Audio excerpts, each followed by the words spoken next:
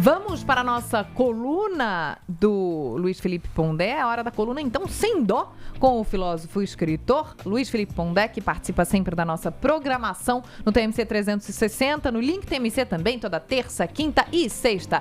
Fala, Pondé!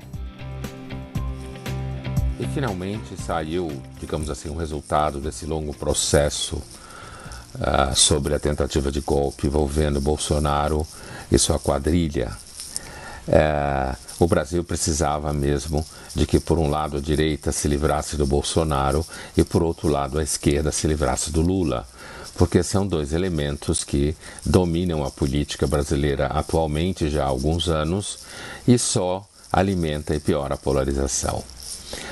Mas é um elemento, digamos assim, de fundo nessa discussão sobre tentativa de golpe levada a cabo por Bolsonaro e sua quadrilha, digamos assim, que existem algumas formas de comportamentos totalitários se manifestarem numa sociedade.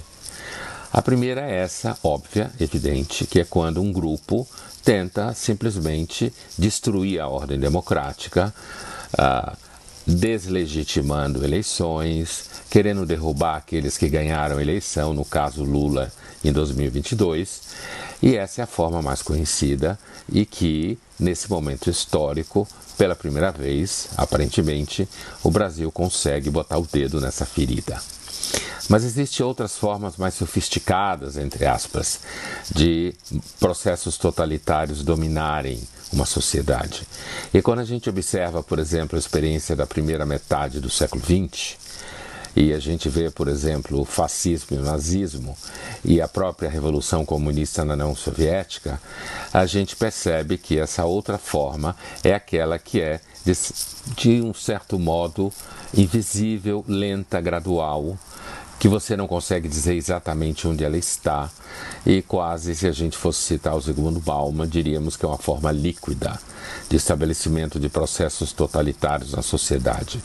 Essa segunda forma é quando uma ideologia ela se encarna no tecido social, seja nas universidades, seja no próprio espaço da mídia, seja aonde for, nas escolas, certo?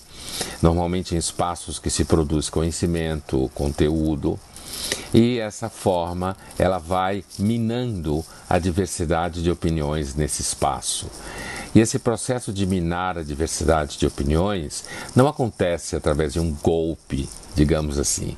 Acontece demitindo pessoas, eliminando a possibilidade de você interpretar fatos políticos e sociais que não seja dentro daquela ideologia dominante nesses espaços de produção de conteúdo, não convidando essas pessoas para jantar, fazendo bullying cotidianamente com elas, dificultando, por exemplo, no caso das universidades, espaços de pesquisa, financiamento de bolsas e de seminários, ou seja, fazendo um processo invisível de exclusão de quem ousar pensar, dizer, pesquisar, estudar e escrever fora da caixinha ideológica que domina aquele espaço. A gente sabe que isso existe no Brasil hoje, né? Isso está mais vinculado à esquerda, porque ela domina esses espaços, mas se fosse a direita que dominasse esses espaços, o problema continuaria do mesmo jeito. Porque, infelizmente, existe uma componente totalitária, estrutural, em toda forma de ideologia militante. Valeu, Pondé. Agora 9 horas em ponto.